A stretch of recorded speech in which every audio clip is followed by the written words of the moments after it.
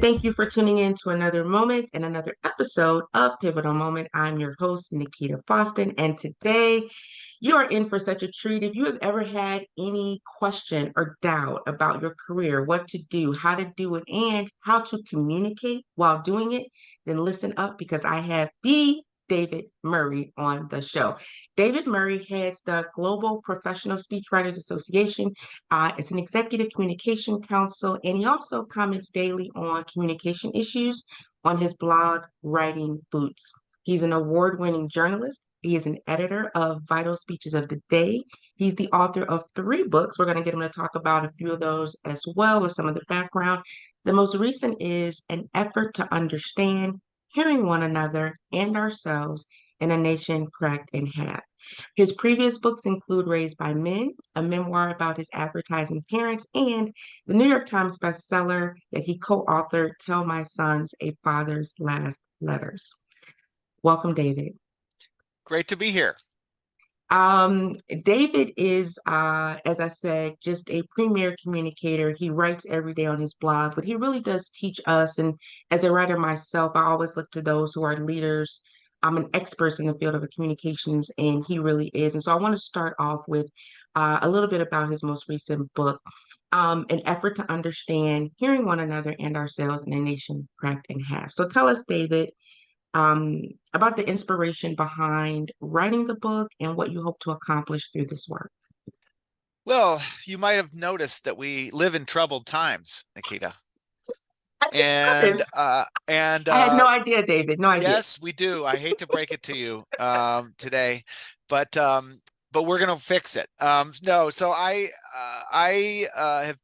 grew up with communicators. My parents were both writers. I spent my whole career around communications people, from journalists to the oral historian Studs Terkel, was an acquaintance, and to all these communication professionals that you and I both know so well.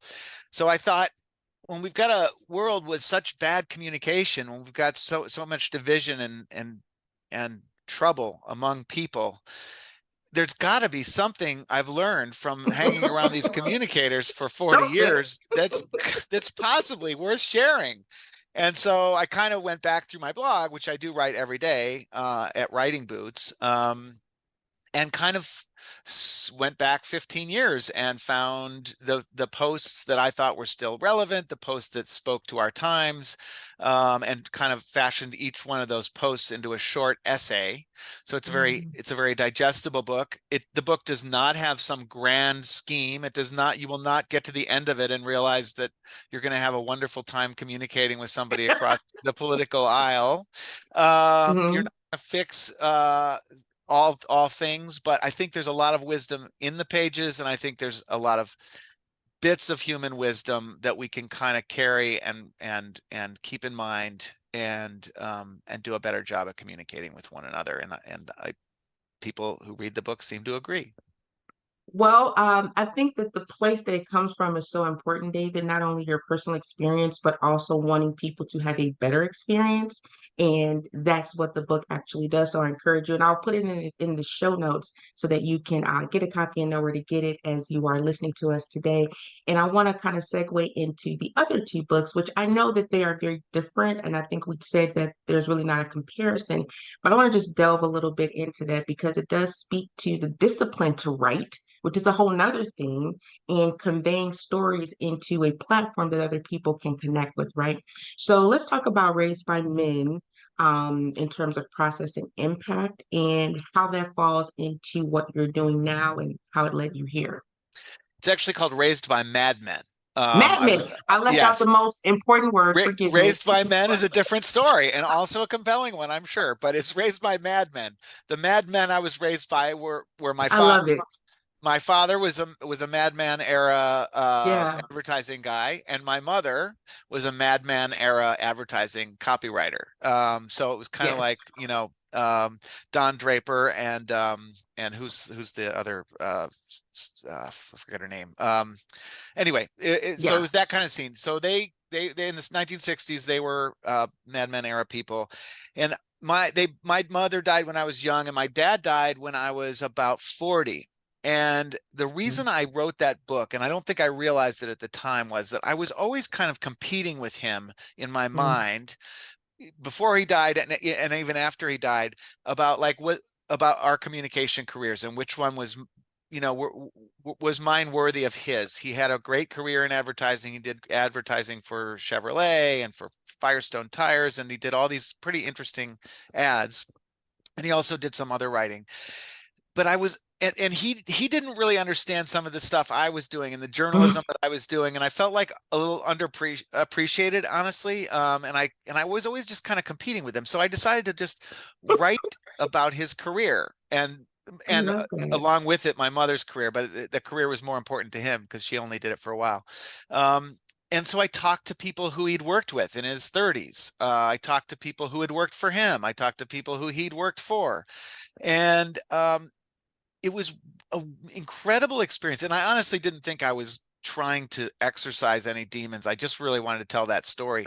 But in the Mm. process, I totally did. Like I understood him. I didn't, it didn't diminish his contribution, but it showed him as just a guy like trying to write jingles for Firestone tires. Like No small task. No it, small task. no small task, but also, not creating world peace either. Like so and some people kind of gently would make fun of him and say, well, yeah, Tom, your dad, especially the younger women who were working for him in the 60s, like your dad was pretty full of himself, and he gave these lectures about the importance of being interesting, and we all kind of thought, we know that.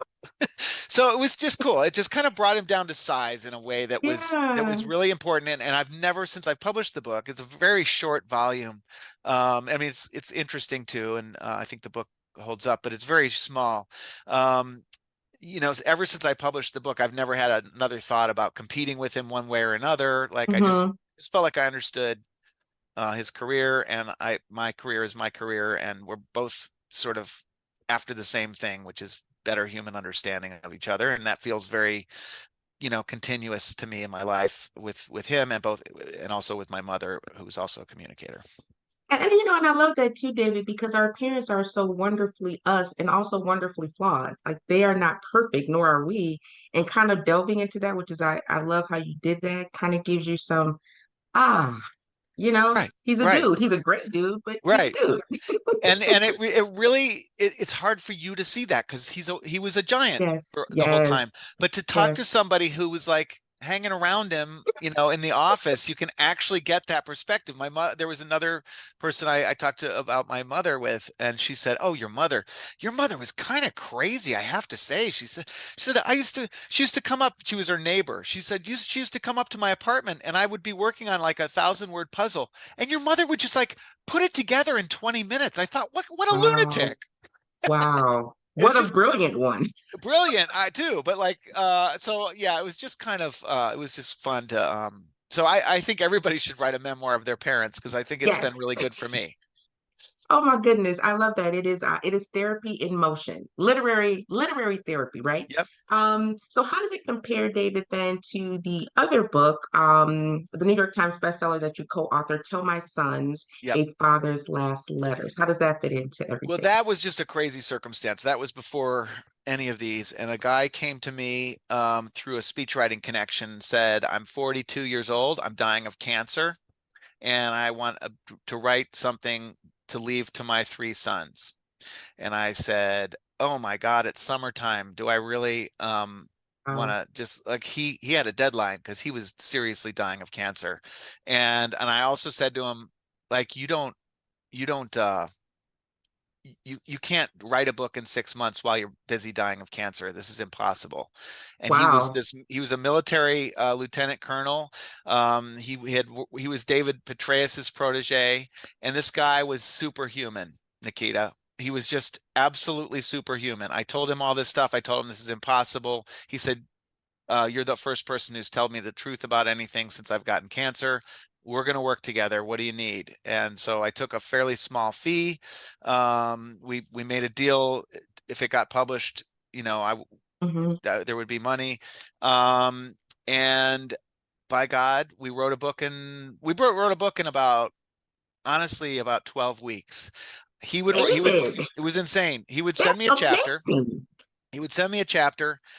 It would be a mess, and I didn't have we didn't have time, and we didn't have the inclination to, like, you know, like you have to do Yes. with your clients, your speech writing clients, you have to be nice and diplomatic. No, we had none of that. I said, this is shit.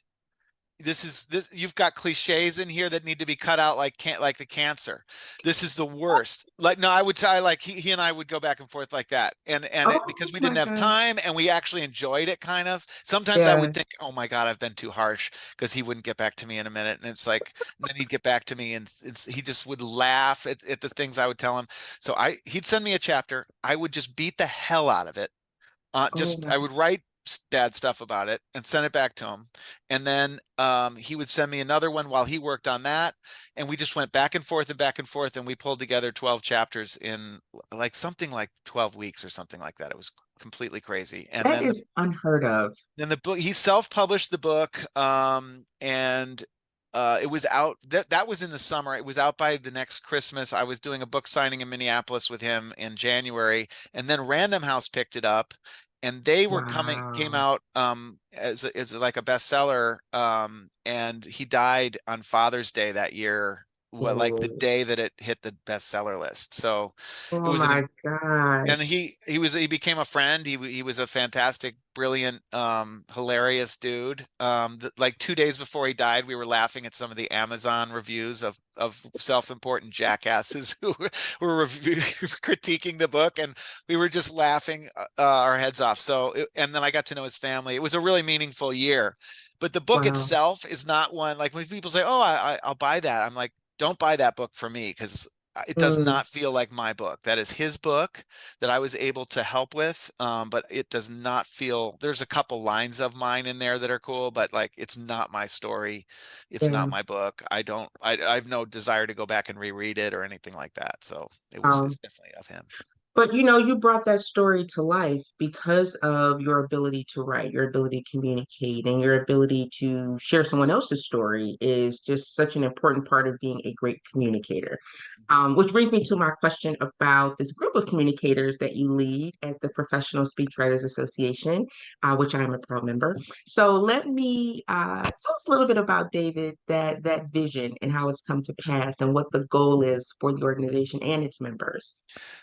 Well, speechwriters are the loneliest people in the world. You guys at the AMA are lucky because you have some colleagues. Most speechwriters, they're Mhm. the only person like them who do what they do in the whole organization. So when you get them together in a room, they hang to each other like drunks to lampposts, and you can't get them to shut up. As you can tell, I'm always standing in front of the audience saying, "Ladies and Post. gentlemen, please, can we get on with the show?" So a bunch of speechwriters came to me about 10 years ago and said, there's no professional association for us. If we lose our job, we don't even know who to talk to. Why don't you Mm, do this? Because I had organized speechwriters conferences over the years, and I was the editor of Vital Speeches. And I thought, this is a terrible idea. This is a tiny profession. This is a tiny profession of people who don't even have speechwriter in their title. Most of, like, I can't even find them. And they're a bunch of weirdos and non-joiners. So yeah, let's make our living getting these guys together. So I thought it was terrible, but I agreed to do it. I agreed to try it, and we held one conference, and the first conference I realized, oh, these people are meant to be. I couldn't get out of the room. You see how it is at the World yeah. Conference. I have to schedule an hour to receive people saying thank you so much for getting us together, that for Oh my finding us and getting us together here. I have to schedule an hour for that. So that feels so great, and it felt great from the jump. So it's a really great community of people who generally don't, get a chance to share with their colleagues. And so when they're together, they're joyful. And when we have online conversations, it's a really tight God. knit community, and it's 10, 11 years old now. And I want to say for those who are listening who are communicators, whether you're an exec comms or a speechwriter or anything adjacent to that, The Speechwriters Association is just an incredible group of folks who just continue to raise the bar on how to communicate, how to do it better, and how to help the people you support to do it better. So I highly, highly, highly recommend PSA as a member.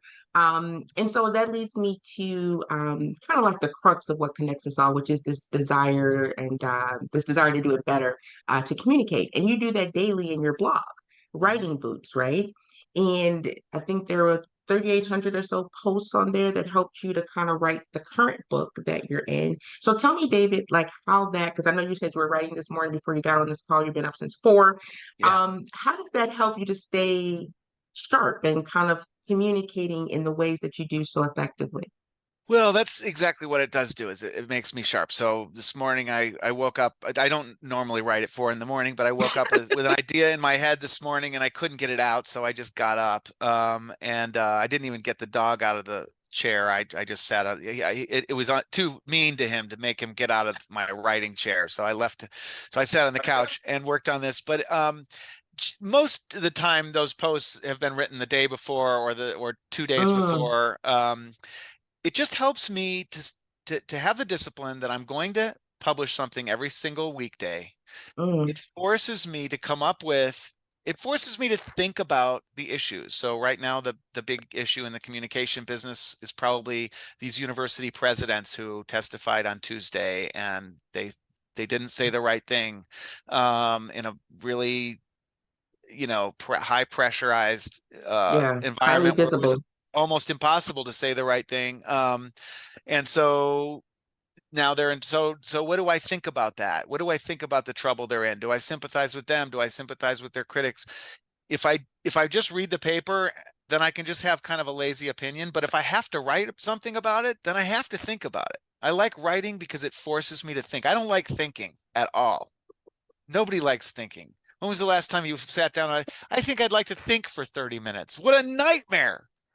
But I do kind of like to write, and writing forces me to think. So that's why I do it every day. It does keep me sharp. It lets me know, a lot of writers say this. I don't know what I think until I write it. And this lets me Mm. know what I think about things. And yeah, I think it does keep me sharp, and it keeps me able to talk about the current issues rather than just leaning on old ideas. Yeah, I mean, that is so true. And you see how funny he is. So you get not only the expertise when you join PSA, but you get this community of Come for the people who expertise, stay for the comedy. Benjamin, that's a good oh my subtitle. goodness. Let's do that. Let's get the t-shirts that say that for the next year, right? There we Come for go. the expertise, stay for the comedy. Love it. Mic drop. So we were just talking about, and you brought up a good point about the university presidents, which brings me to another point, and we kind of talked about this during this year's meeting. But there is such a push, and even an expectation for university presidents and other leaders of organizations to make statements when things happen in this troubled world that you mentioned, which is so true and continues to be true. David, what is the answer? Is there an answer? Is there a litmus test of sorts to know when to say it, when not to, how much you should say, or what do you think about that particular issue we're having right now? Well, there's nothing I've thought about more in the last 5 years than that, honestly. So, so here's the thing. So somebody did a statistical analysis at the conference, a speechwriter, to a university president, and did a statistical analysis of how many statements did the university president put out each year for the last 15 years. And for the first in 2000, or sorry, 2009, 2010, 2011, 3 statements a year, 4 statements a year. The university president would comment on things germane to the university. Occasionally you know, something horrible would happen in the region, or something that required a statement, but it just wasn't a thing that much. Yeah. I trace it back to Trump getting elected, because Ah, when Trump got elected, suddenly we had no even modicum of a national consensus as for a consoler in chief. So if Sure. something, when Newtown happened, President Obama, even though a lot of people didn't like President Obama, when President Obama got up and had a tear streaming down his cheek and talked about those little kids in Newtown, we had this national sense, like we did when Ronald Reagan got up and talked about the Challenger exploding. We had this national sense that we could put the political differences aside on these huge issues and have at least some confidence that we had this one national leader. Mhm. Trump blew that up. Like Trump didn't show up for things like that, didn't do stuff like that, and the people who hated Trump wouldn't have put up with it anyway. So Yeah. it was just so divisive. So what happens though? Something bad happens in the world, something upsetting or scary happens in the world, people still feel a need for some leadership, for some reassurance. So who do they go to? Well, if you work at the AMA, you go to the president of the AMA. Mhm. If you're a student at Harvard, you look to the president of Harvard. Right. Gosh, there was a swastika on campus. Are you going to condemn that? Or there was a shooting in Las Vegas. Are you Mhm. going to condemn that? Or what are you going to say about that?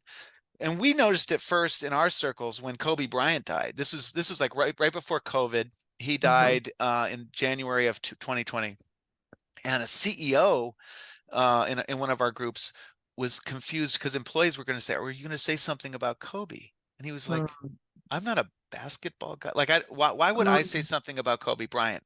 And mm, the answer is we're upset, and we don't have any leaders that we trust. mm, So we go to each one of our leaders. So now you have every university president, every association president, every CEO having mm, to deal with their employees, and these people are out of their depth on most of these issues.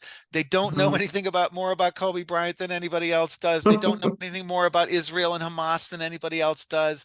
And they're being Yeah. asked to sort of adjudicate these issues and make everybody in a complicated community feel heard and feel like, and it's an impossible effing thing to do. But they did it Mm, and they did it and they did it. And then they did it with COVID, and then they did it with George Floyd, yep. and then they did it with January 6th, and now Absolutely. they're not doing it with Israel. Why aren't they doing it with Israel? And now it just becomes this impossible situation. And my recommendation for them is you've got to back off of this. You've got to only speak on Mm, issues. You've got to discipline yourself to only speak on issues which you can affect as a leader. Which if you have mm, you have you done anything on this issue? wow. Are you have you planned to do something on this issue, or are you just commenting on this issue because you're being asked to comment on it? And to me, that's the litmus test. Yeah. If you've been running an anti-Semitism campaign on your campus or a Mm, program on your campus for a year, and this comes up, you can say, "Oh, we have a policy about this, and we have a program about this, and we've been doing this, this, and this." But yeah. if you're not doing that, if you don't if you aren't leading on this, I think you have to tell people, I'm sorry, Mm. I'm not the great and powerful Wizard of Oz. I'm sorry about COVID, and I'm sorry we don't have a president that we can all agree with. I'm sorry you don't have the leadership you want, but just because I am the president of this college, Yeah. I can't fix that for you. That's a good perspective, right? Because it's disingenuous if you don't have like skin in the game, or if you don't have words and strategies that you've already been wrapping around this. Because then when you come to the game, it falls flat, right? Those Right. words or the actions that you do still aren't enough because they're just really a reaction, not an Yep. initiative, right? Exactly. So that And makes total And with sense. George Floyd, it was like Yeah, okay, in some ways it was an easy statement. It was like, yeah, okay, this was absolutely horrible. We absolutely condemn this. And then of course a lot of organizations, and we're spending $10 million right now to fix on this and this and this. So they had an action that they just like, but that's not the case with every single issue. And yeah. this Israel Hamas thing is much more complicated than that on college campuses. Yeah.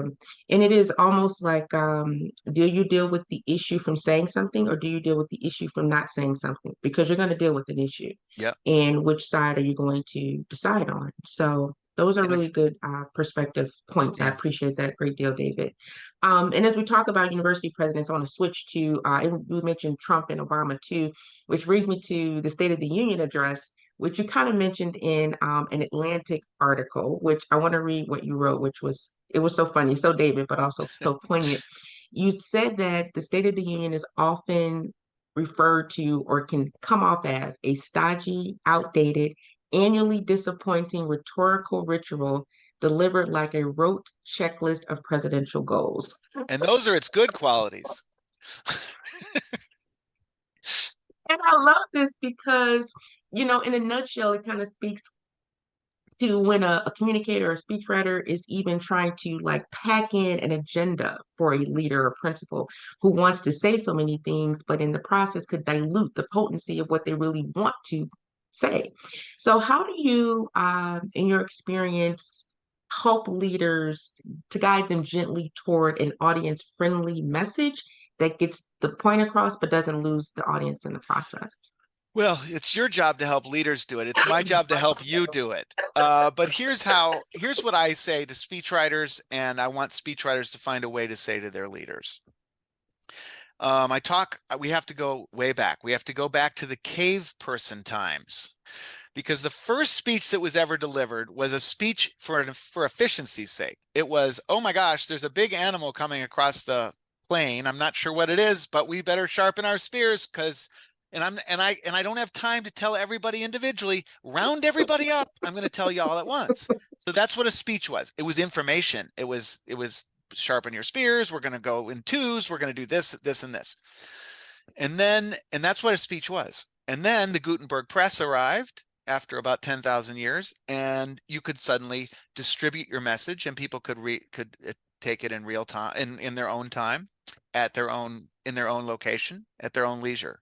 Then Mm-hmm. radio came along, and people could listen to a leader speak Yep. without going and sitting in one place and watching that leader. They could hear, Franklin Roosevelt and Winston Churchill. Then TV came along, and they could see that speaker speak, and they could also not have to come all the way to where that speaker is, and they could get a real sense of get all the information, get a sense of the emotion. Now we have YouTube and we have all these tools. So why do we still give speeches? Why do we do this absurd thing? It's now absurdly inefficient. It was an efficiency device, and now it's ridiculous when you think about it. Let's gas up the whole atmosphere by flying everybody here, and everybody sits in a room quietly and stares at somebody, one person talking. Why are we doing that? And it's possible we're doing that out of a force of just cultural habit. It's just what we've always done. I don't think that's true, though. I think we do it because we know that there's some potential magic in it. There's something that happens in a room, like it happens in a church, and not when you're watching church on TV, something that happens in a room between human beings. I always say a speech becomes a speech not when the audience is looking at the speaker adoringly, but when the speaker says something that causes two audience members to look at each other and say, did you Ooh. just hear that? Did you feel that? Did he just say that? And so when you're in a room, you're conscious of Mhm. experiencing this whole thing in communal relationships with this community. And so you're experiencing the same sounds, the same feelings. Think about how much less interesting and fun and engaging it would be to watch the Speechwriters World Conference and we do a live stream for people who can't make it, and I just feel sorry for them. I'm like, it It's a sucks for different vibe. you. It's a Yeah, different vibe. it's not a vibe at all. It's It's intellectual, a but non-vibe. it's not a vibe. It's a non-vibe.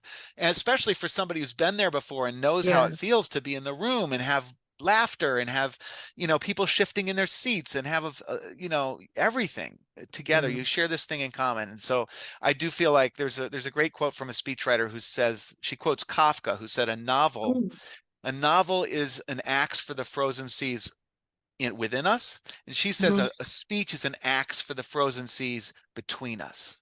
Oh, Ooh. yeah. So that's what a speech is. So when your That's speaker good. wants to get up there and Yeah. share 79,000 facts and initiatives and programs, the speaker needs to understand that she or he is not taking advantage of this precious, strange, but mostly Mm. emotional and almost Mm. spiritual situation. That's what a Mm, speech offers you. And the speaker who doesn't understand that is wanting to deliver information. You can deliver information, send the PDF, deliver information 100 different ways. send This a is a PowerPoint and chance. call it a day. Yes, this is a chance for them to see who you are as a Yeah. person, and this is a chance for them to hear your ideas and feel emotions from you, Mm, feel your passion for this, feel your vibe, feel who you are, and then kind of share that with one another. And then you've got this audience galvanized. I mean, also think about the Professional Speechwriters Association and how much less of a community you would feel if you hadn't been there among those people a couple times. Like, sure. that Yeah. makes you know that it's a community because you know, and Yeah. otherwise it's just a LinkedIn group. Yeah. So that's what my and of course the State of the Union speech is. It's, you can try to make it like that, but that's a complicated speech anyway. That's a ceremony. That's in Yeah. front of Congress. Half the people are cheering, half the people are sitting I'm down. pulling. Yeah. It's not I just don't think of it as a speech, honestly. I think of it as like a ceremony that has somebody talking a lot, but it doesn't fit into what I want speech writers and speakers to be doing in speeches. No. If the State of, of the Union is also oftentimes so divisive, even when it's supposed to be, or it's billed as something that is a bridge, but it is often just the opposite. Yeah. Um, and so speaking of division, I'm thinking about as we just talked about Israel and Hamas and all of this other things that have presidents kind of like at a standstill sometimes, or acting and writing, or maybe when they shouldn't. So just with all the things going on right now, David, um, in this troubled world, as I love how you said, is communication, can it be an entry point for some type of bridge in politics and in medicine, in industry, in business, in foreign affairs? Can it be a bridge? And if so, how can we do that better, just in general? First of all, we can stop doing it worse. I mean, we That do so part. we do so many things. I mean, we all do things that are really unproductive. You say something on Facebook that, and you kind of imagine your friends enjoying it, but you forget that your uncle like will be totally offended by it and made even Mm, more of a Trump supporter. mm, So wow. like Yeah. unintentionally insulting people is a bad Hmm. idea, especially in Yeah. this day and age. So that's one way. And the other way that look, I don't think communication is a fixes everything. No. Otherwise, my book would have, smoothed everything out, and we wouldn't be We talking would be about this. done. Right, we'd be done. Which I don't think that's happening. But I think that we can each in our own lives practice imagine a thing that I call imaginative listening.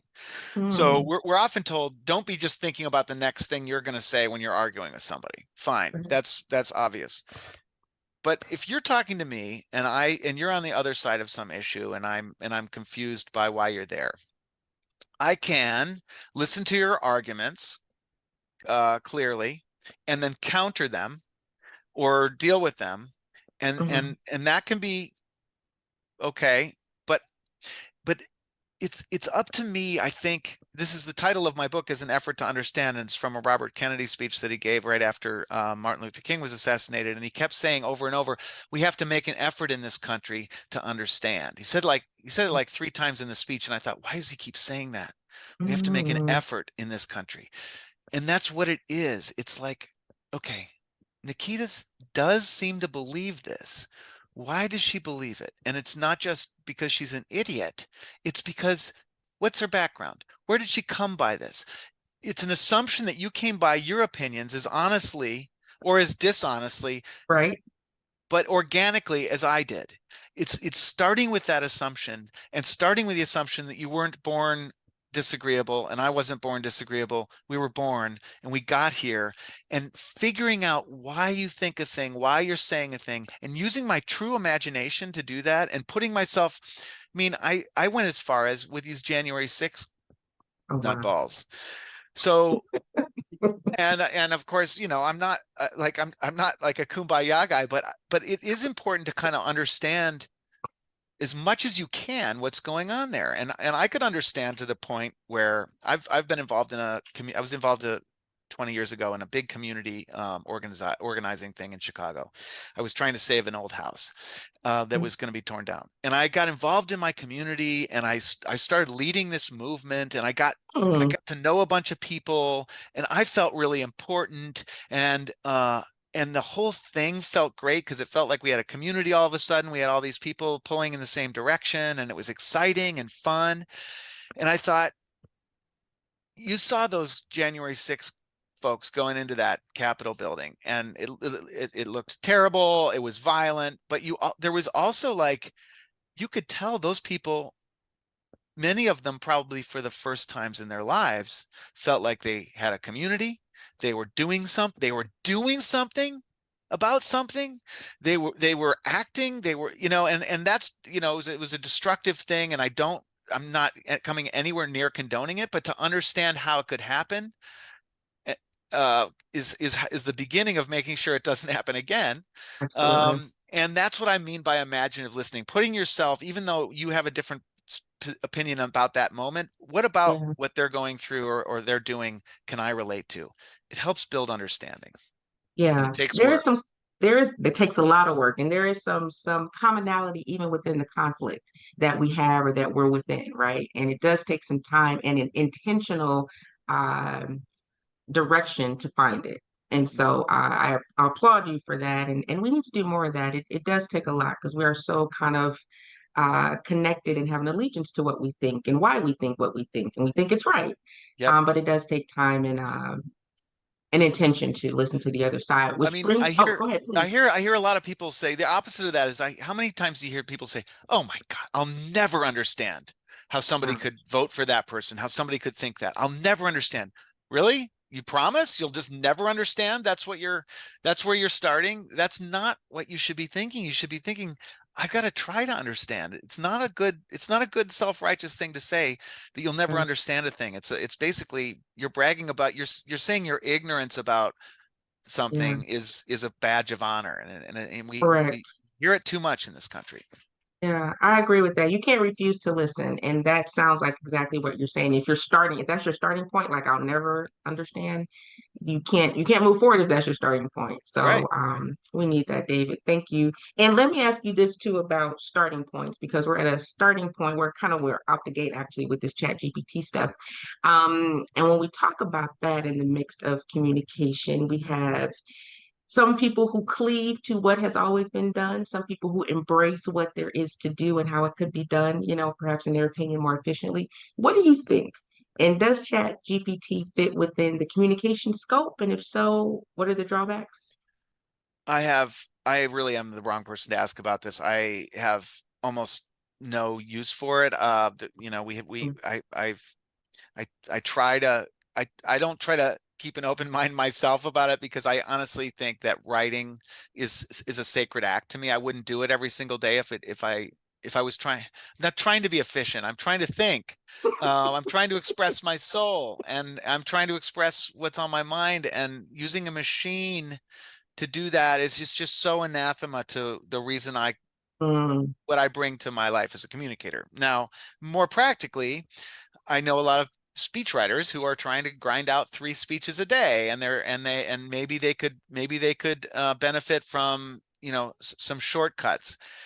To my way of thinking, a speech, especially, then this is what I focus on. A speech, an audience at a speech needs to feel that only that speaker, could be speaking about only that subject to only mm, that audience at only that moment in time. Chat GPT is yesterday's news. It's scouring things that people have said before to other audiences, other people said before to other audiences. It can't do any of the things that a speech needs to do. mm, It can Now, if you think a speech, or if you've got a speech, it's a ribbon cutting, and you just want somebody to get up yeah, and say the same shit that everybody else says at a ribbon cutting, go for it, chat GPT. But I'm not trying to protect the jobs of people who are doing that. If that's what chat GPT helps you with, fine. But I don't really care about that. I care about human communication. I care about human beings actually saying something from their heart to another human being, and plugging into a machine to come up with words like that, it doesn't fit with what I'm all about. That's why you're the exact right person to speak to that because I feel like that passion comes through with not only what you say, but what you write. And maybe there is some space for that in a limited capacity since, it is predictive text, but in a place where you are birthing ideas and kind of evolving them around ideas that are constantly changing to create new ideas, it does take a brain, I mean, to I'm do like that. crazy strict about this. Like we had a speaker at the World Conference who sort of like she gets stuck for a word or like has ChatGPT spit out a metaphor for her. If I get Mm. stuck for a word and go to the thesaurus, I think that's cheating in a way. I do Oh, it, wow. but I Hmm. think it's cheating because if the word didn't come to me, if my reading, my whole life's reading and thinking and talking did not teach me this word, and that word didn't come to me organically, and I'm going to flip through a book and basically find a word that basically means the same thing, to Hmm. me that has a slight lack of intellectual integrity, and I do Yeah. that. But that just tells you how strict I am about like having a Yeah. machine spit out something I would turn in as my own. Yeah. Yeah. I appreciate that, David, so much. And I want to ask about um, not only communicating with ChatGPT as that is, or through ChatGPT has become a big topic, but just communication in general. There are so many ideas. Your book really helps to kind of work through a lot of them, but there are also some mistakes that people make and some myths that people hold.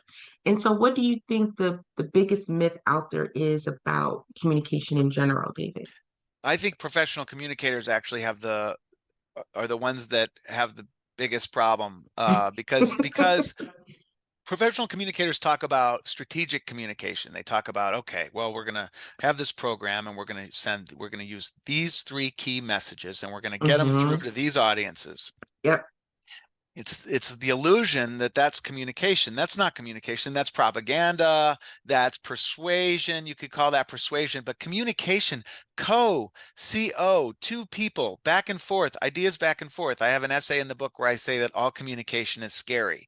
If it's not Mm. scary, it's not communication. Why is it scary? Because if I'm telling you something and I don't know how you're going to react to it, but I'm open to how you're going to react to it, and then you might react to it, and I didn't know how that was going to be, and so what I had maybe planned to say next doesn't make sense anymore, and it's all very unpredictable, and we could end up in a fight, we could end up in love, we could end up in anything could happen. And that is why communication is wonderful and exciting, and why sitting down and making some plan to deliver a bunch of bullet points to a bunch of audiences, or even to one person, is not communication. And so I think that's kind of the myth about it, is that it can be accomplished and it's one way, and you can get something in your head and stuff it into somebody else's head. And that's Yeah. what our leaders often think communication is me talking. It's not. And I feel like when it is approached that way, it's much more tactical than emotional. And if you take away the emotional, what do you really have? I mean, Yeah. in whatever kind of speech you're doing, that needs to have, and that's where I feel the passion comes from. And the interest in the audience to hear it or to receive it, to absorb Yes. it.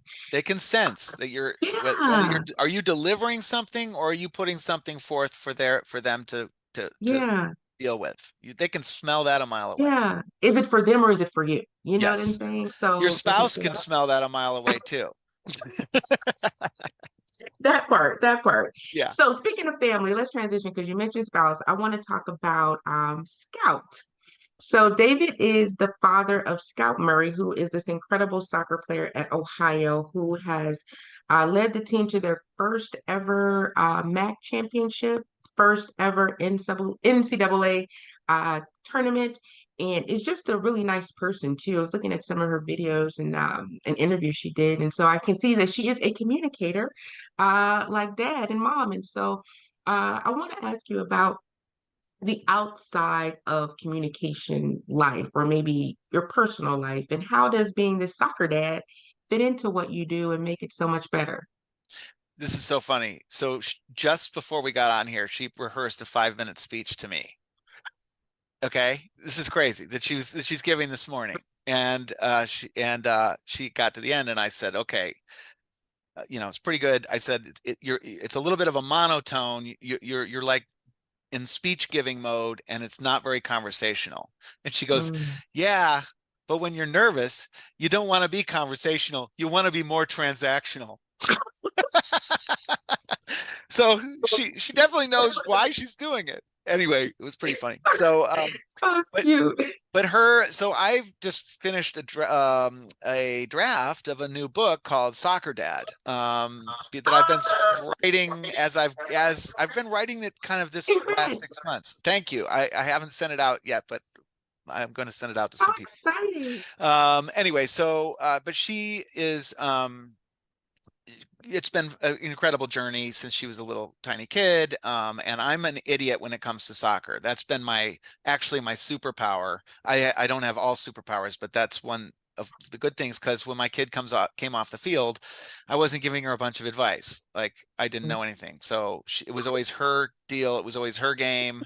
She had a relationship with her coaches, and her mother and I didn't know anything about it. And that was always good. And Mm, almost always. And so it's been so, like, I can't claim that I taught her anything practical. I mean, I've taught her some sports stuff. She and I competed a lot, especially when she was little and before she could beat me in a 100-yard dash.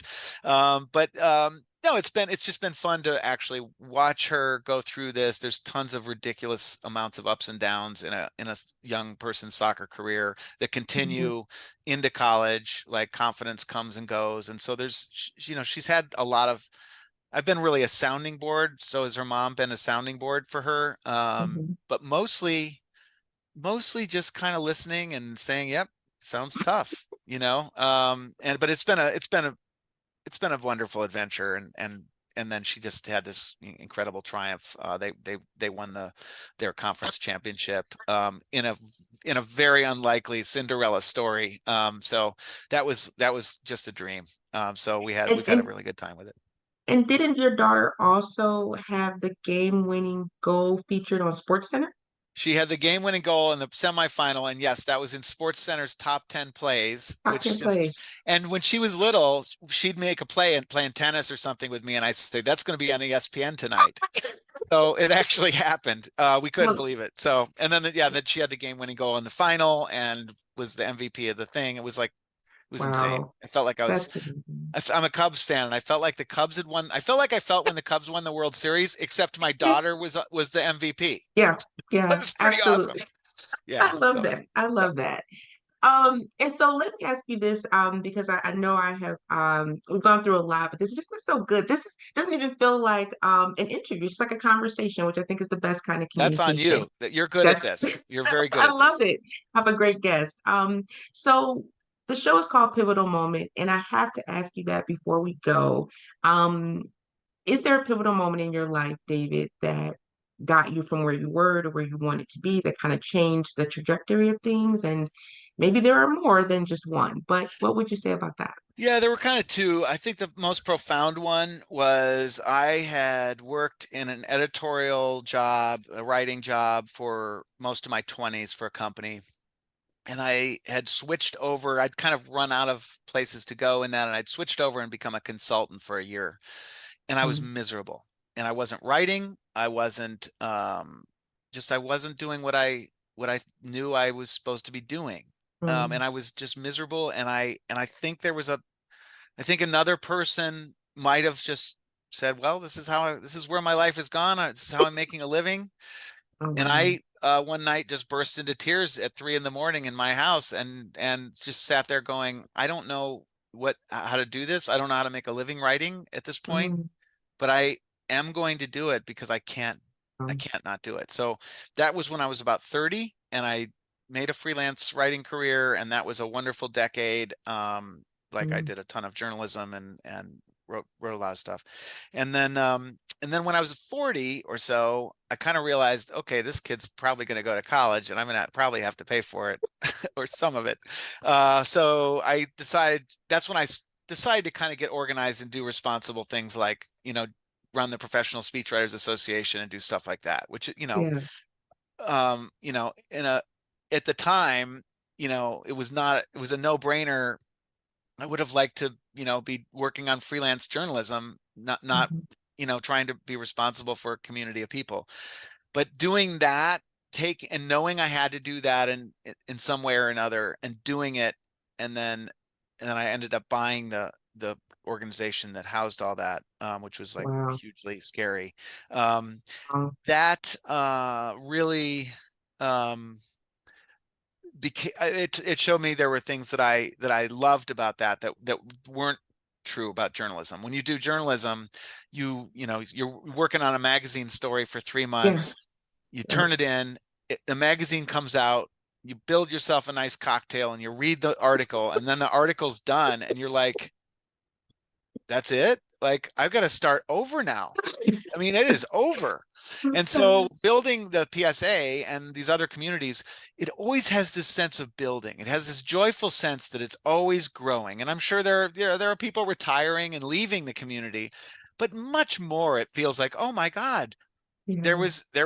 first there was only Joel. Now there's Nikita. Wow, this is great. And like, there's just this sense every year at the conference, and also just in my correspondences, that this is a growing, building, thickening, evolving community, and it just has a sense. It has just a really good spiritual aspect of not being on a hamster wheel, of being something, and growing our company and the relationships in our company and all these relationships with all these speechwriters. It's wonderful. And so this was like one turning point where I decided I wasn't going to do this thing I hated, and I did the thing I loved. And then there was another turning point where I did the thing I had to do and found the true joy in it. So Wow.